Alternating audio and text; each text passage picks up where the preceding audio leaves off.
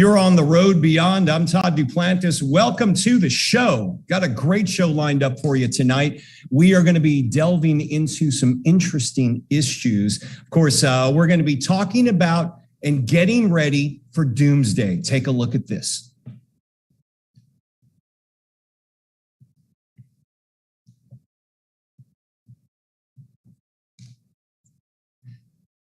We're going to be visiting with the largest maker of doomsday bunkers, Atlas Survival Shelters. They're located here in Texas. We'll talk more about them in a second before we get to our guest, Ron Hubbard. Let's get to some breaking news. My co-host tonight and our producer, Scotty Barrett, joins me from his home. Good to see you, Scotty.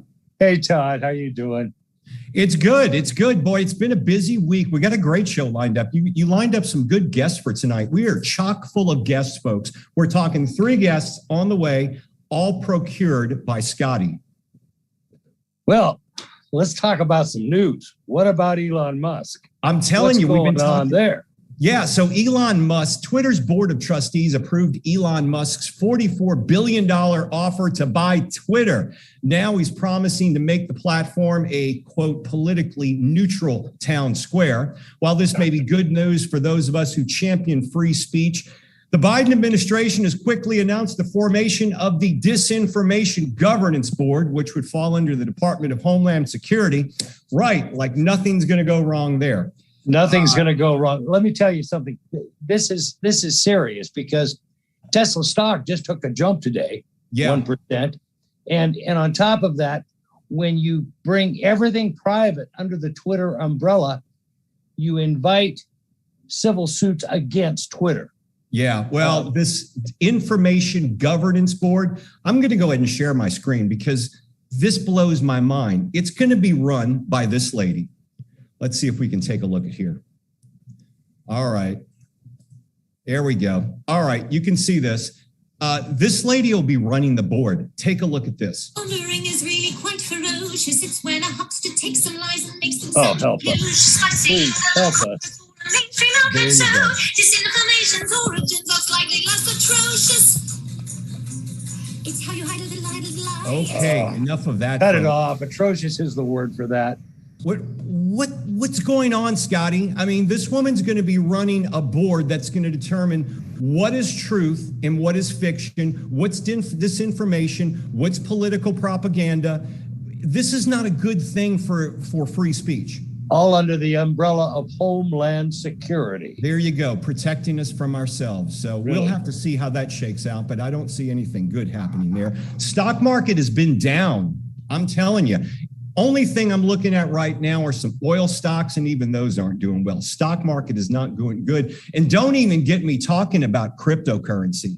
Solana is broken. Bitcoin going barely up, barely down. It just isn't doing much of anything. Scotty, there seems to be a lot of fear in the stock market due to an imminent recession. We got that coming up. Oil prices and inflation. Those 3 factors, people are very bearish at this time. And also, gross national product is down. Yeah, negative 1.4. What we need to look at, though, the factor that wasn't there before as much as it is now is cryptocurrency. And is that a bubble that will burst? Will that be the next bursting bubble?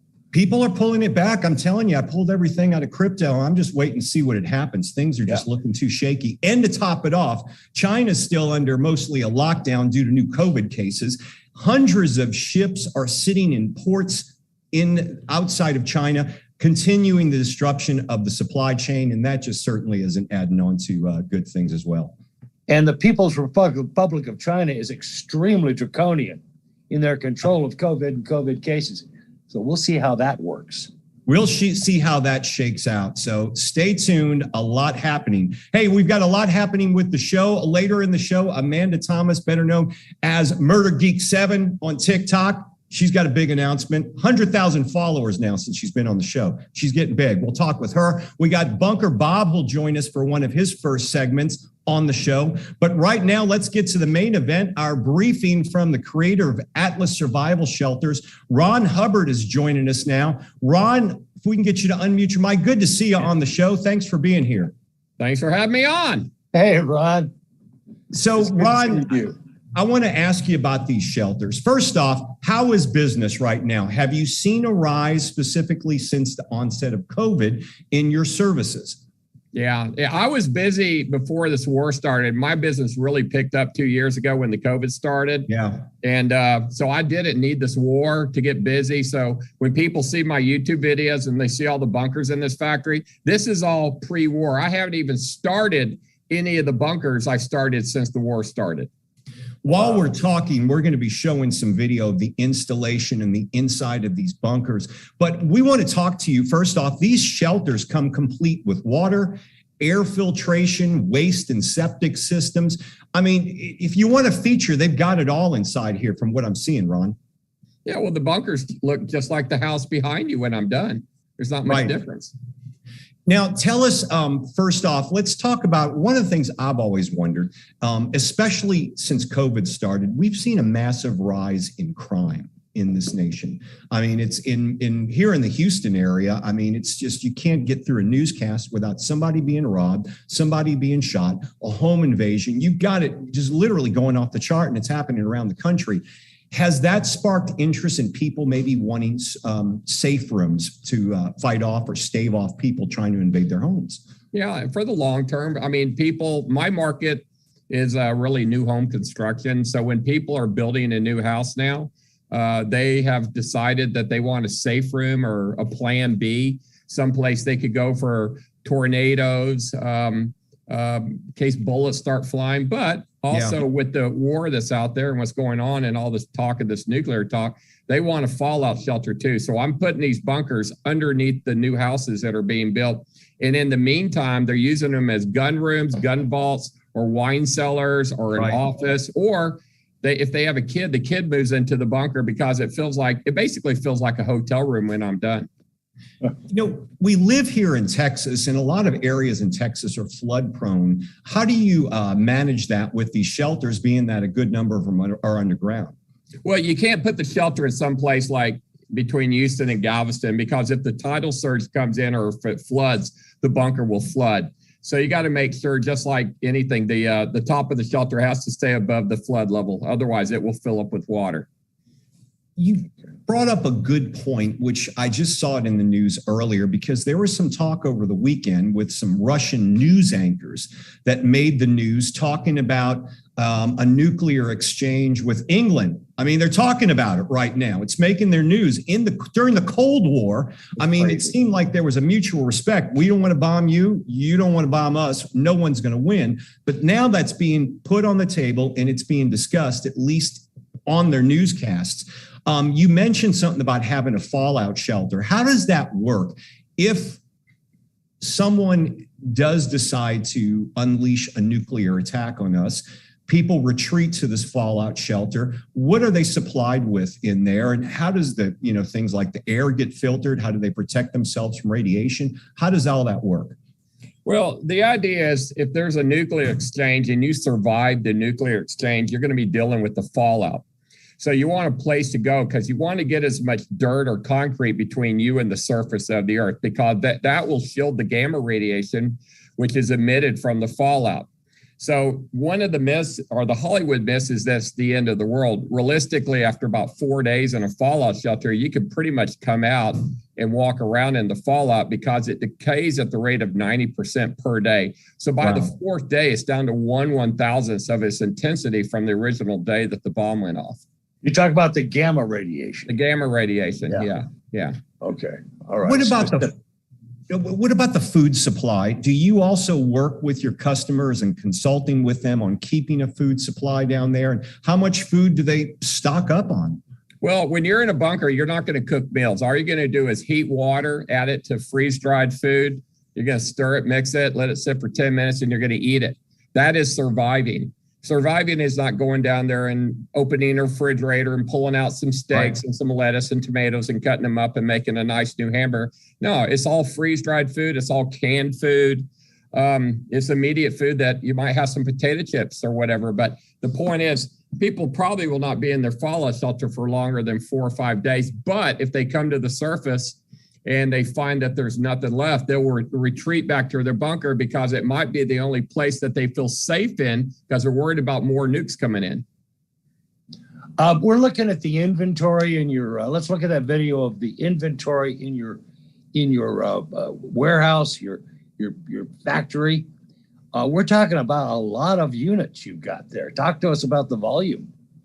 Well, I've got tens of millions of dollars of bunkers being built, and I've got a waiting list on them. Plus, this is just one factory. I have 3 factories in this one town alone. I have mine, then I've hired 2 other factories to start working for me.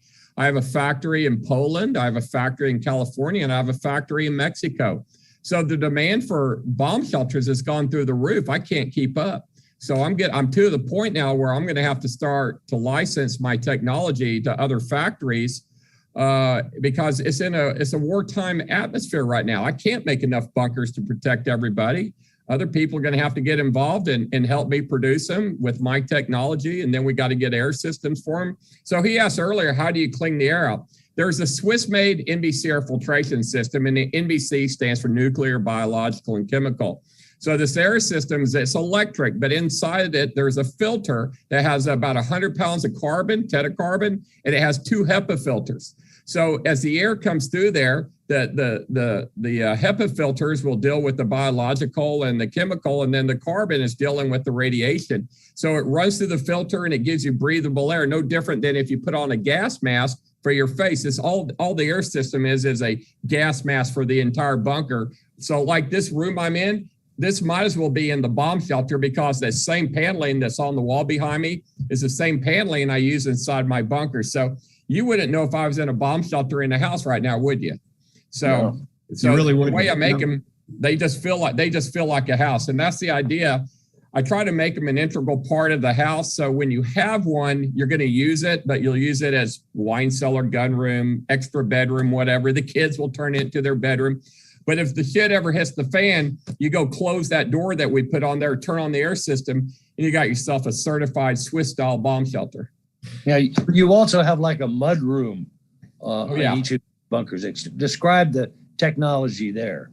Well, the Atlas shelters, when you go down into the bunker, you just don't walk downstairs into the bunker. You go down the stairs and you got to make a hard left or right turn. That helps attenuate gamma radiation. But then you come up to a mud room. You have to derobe, take your clothes off. You step through a gas tight door and you go through a decontamination chamber. Then they pass clothes through a little porthole that's in the wall. Someone will open and pass you some clothes through there. They close it back up and then you dry off and then you come into the bunker. So I am making nuclear fallout shelters just like they made them in the 60s. It's just I'm making them mostly for private individuals. I noticed from your catalog, you've got different classes. You got the big boy, you got the platinum class, and you built them all over the United States in very rich neighborhoods. Is that correct? Yeah. Well, the people that can afford them are buying them in great numbers. I've done a lot of TV and a lot of podcasts lately, and I mentioned to somebody, I think before the war, I'd met maybe 1 or 2 billionaires in my life, and since the war, I've had 8 here.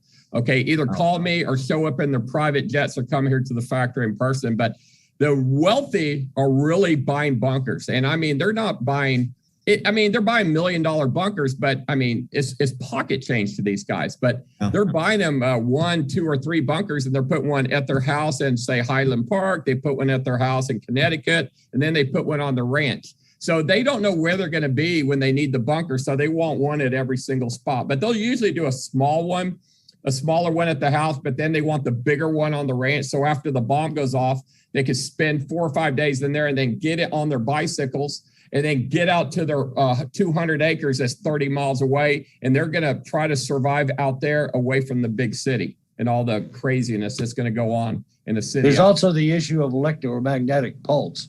How are the bunkers protected against that?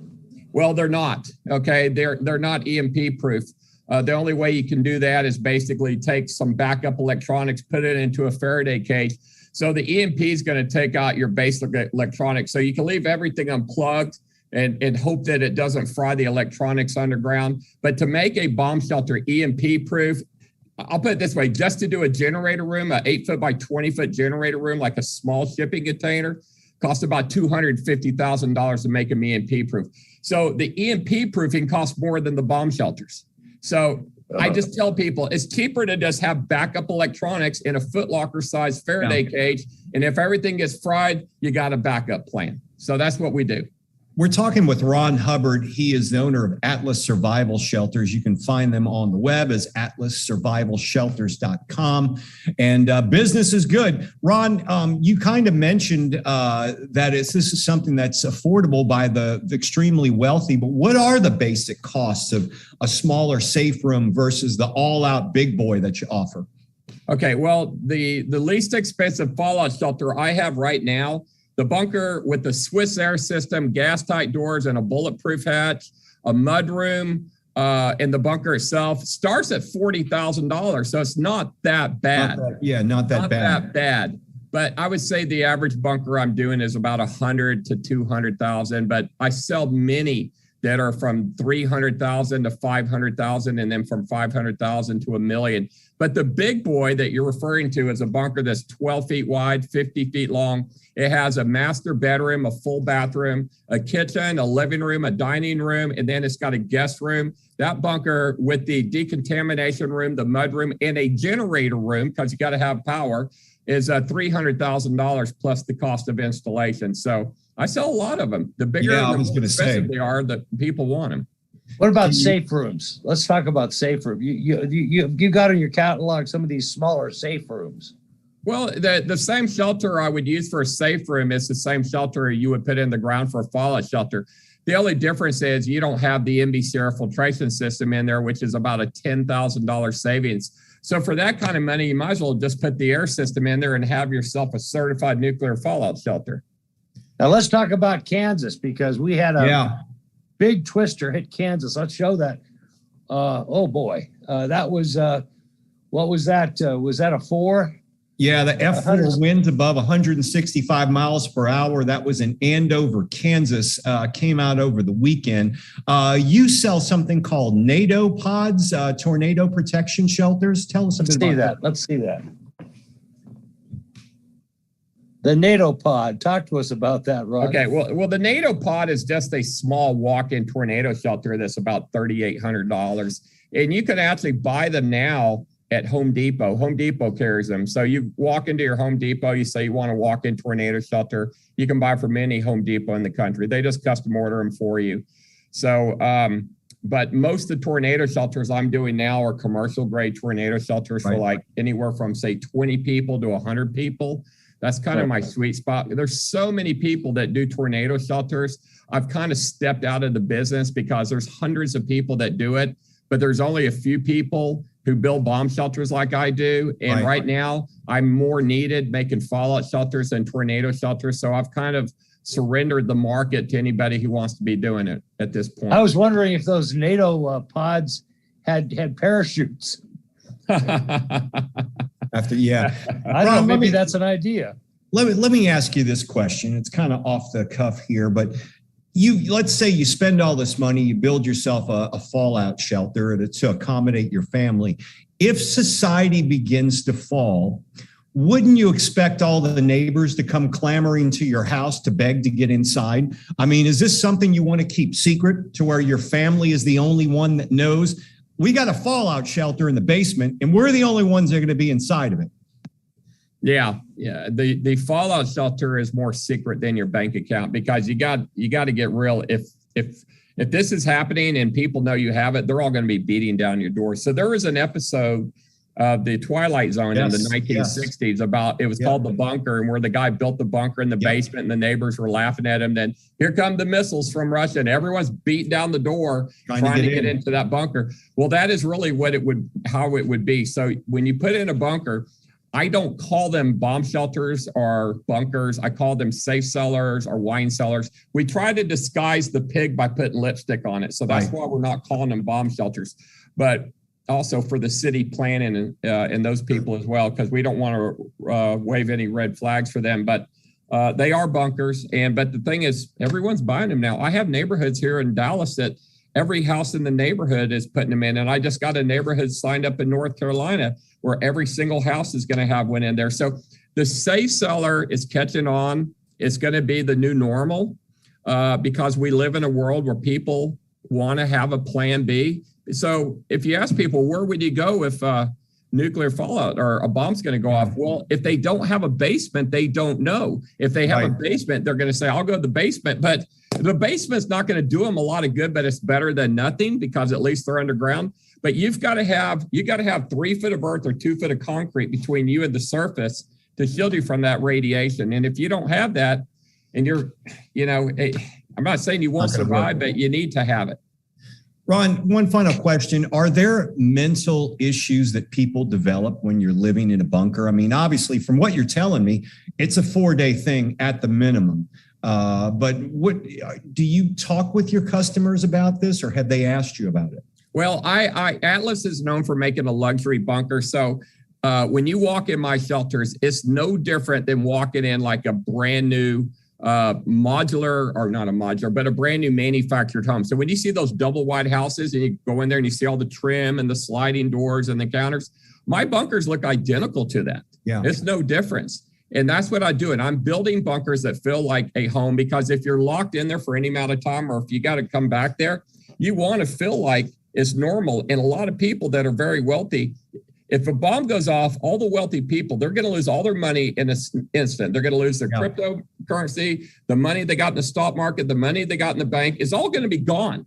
And all they're going to have is what they can put their hands on. That's going to be their house, their land, their car, their bunker, their food, their guns, and that's about it. So many of them are electing to take a tiny percentage of them and bury them in a bunker in the ground that they hope they never need. But the attitude is it's better to have it, not need it, than to need it and not have it. So it's nothing more than an insurance policy. And they look at it this way. It's a matter of when, not if, a bomb will go off. So they're doing it for their kids as well. So it's a good investment, but I want them to get their money's worth out of it. So that's why I try to make it an integral part of the house and have them utilize it, use it, turn it into something else. But just like that, it's going to close the door, turn on that air system, and that's going to be where you're going to have to ride out the storm.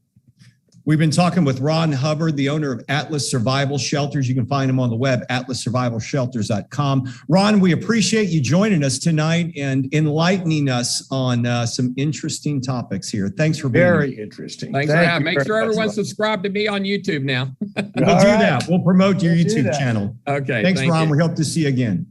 Thank you. All right, boy, that's some interesting stuff there, Scotty. It's terrifying, but it's needed. You know, it's something that, and the rich know what they're doing. And as he mentioned, he's knew one couple of billionaires before the pandemic. Now he's met with over 18. 8 of them. Yeah, 8 of them. Yeah. Unbelievable. Wow. We want to switch gears for just a second here. Let me mute the mic here. We want to switch gears for a second because we got an interesting guest that's kind of watched the show, and he's piping in with some information. We're joined tonight by Bunker Bob, who's joining us from his home bunker. Bob, good to see you on the show. You were joining us from an undisclosed location. How long have you been in your bunker? Well, let me tell you, I used to live in an Air Force silo, kind of stuck. But if Jimmy Carter wins again, that's it. I'm not going out. Yeah. That don't see that happening. But I got everything I need. Look, I didn't get the platinum edition. I got the rust edition. I've got everything I need. I've got my Jim Baker, the guy, religious guy. I got his pizza with a special jellyfish nutrients. I've got my special Tucker light for tanning. See that right there? Oh, there you go. Excellent. There you go. So when the zombie apocalypse is over, I'm going to go out there and spread my seed. Well, watch out. Yeah, so Bunker Bob, how do you, being stuck in a bunker, you've been in there for quite some time, it sounds like, with Carter being president. How do you deal with isolation? Well, I deal with it simply by horse tranquilizers. Okay. All right. Good Lord. All right. There you go. That'll keep you in the bunker. I see your bunker is rather stark. Where do you go to the bathroom in there? We heard about the filtration systems, the sanitation systems. Right. Do you have a sanitation and filtration system there? Where you go? Well, yeah, of course. I got there's no bathroom. That's for wimps. Okay. So I've got this, and it works pretty well. Okay. All right. A bucket. Looks like a bucket left over from Easter. All right. That's great. Oh yeah. It used to be a metal bucket, but with all the, turns yellow. You could sell that on eBay, I'm sure. We hear a lot of threats from Russia and Putin of a possible nuclear exchange. What about the effects of electromagnetic pulses? We were talking with our last expert on this. What's your take on the EMP? Well, did I ever tell you I was hit by lightning? I mean, nobody else survived, but anyway, what DEFCON are we at? Yeah, okay. Well, I understand you're also trying to raise some money since you've been in a bunker and unable to work for the last, 40 years. Tell us, how are you doing that? Yes, I'm going to a GoFundMe site. It's Bunker Bob in My Times. So if you kind of go there, send your money.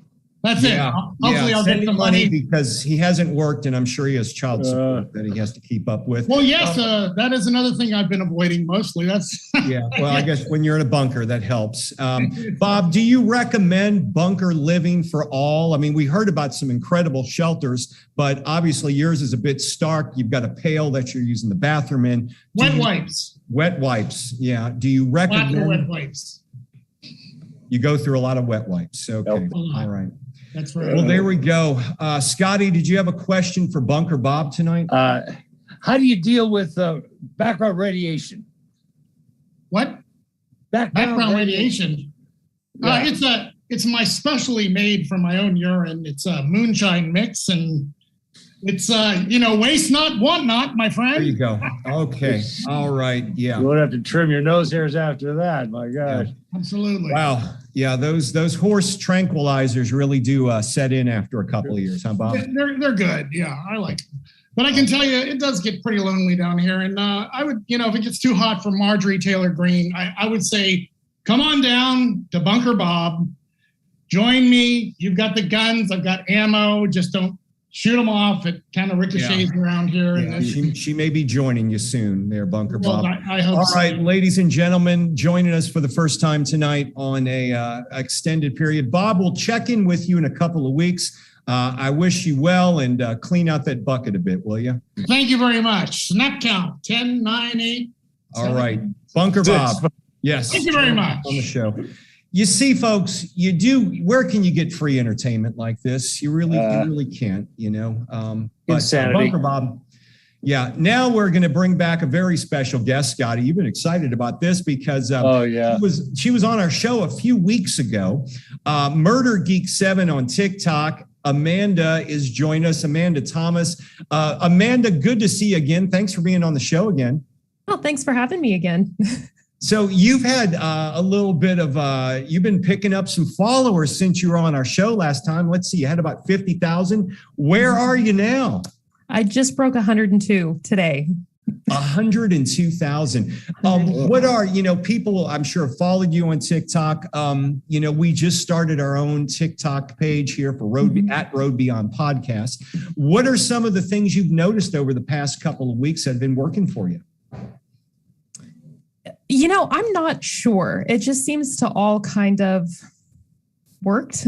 Yeah. In a sense, nothing's really just like glaring in my face. Like, this is what works. Do this more. Right. Because it just seems like all of it kind of works.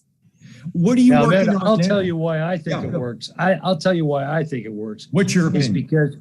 Because your contributions are so well detailed, so well researched, so accurate, with that flavor of mystery that attracts people to want to hear those individual stories that you give us on TikTok. Thank you so much. Well, thank you.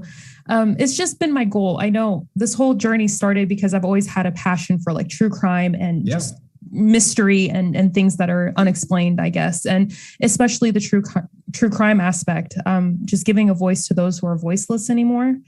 And, I just did a true crime one today about Michael McLean. Yes. And he's just not getting enough attention. And that just breaks my heart for his family and stuff like that. So if I can do just a little bit of something for that family, that's kind of my goal. Amanda, what are you working on right now?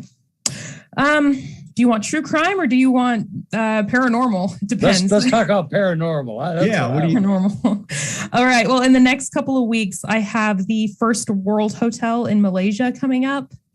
And then I'm going to do the Mary Celeste ship and also the Gates of Hell. So, oh wow, the Gates of Hell. That sounds like an interesting one as well. Well, last time you were on the show, we talked about a podcast. Have you had any? Is that moving forward, or have you had any traction on that yet? Oh, it's moving forward. I've had the script laid out for the last 3 weeks. Unfortunately, last weekend, both of my kids got sick. I mean, real sick. And then I got hit with it this weekend. And so it's just been pushed back. Well, we're gonna give you an open invitation right now. I'm gonna say, you want to do a podcast, you ever want to do something with us, be on the show, you are more than welcome. We'd love to get you on here because we like the way you report. We like the way you cover things. So you got an open invitation anytime here. Well, thank you. And the same for you guys. If you ever want to come on mine and have a great conversation, that'd be awesome. We would be honored, Amanda. Yeah. Thank you. It'd be great. You also mentioned, I think the last time you were on your show, that your kids had told you if you reached 100,000 followers, you were going to have to take them on a trip to investigate a hotel. Is that still on tap? Oh, that's still going to happen. I was not expecting to reach 100K quite this fast. So it's going to have to be pushed back a little bit. So I was thinking that I wouldn't hit it till the summer sometime, but this summer I promised the kids once we hit 100K, we would go visit the Emily Morgan.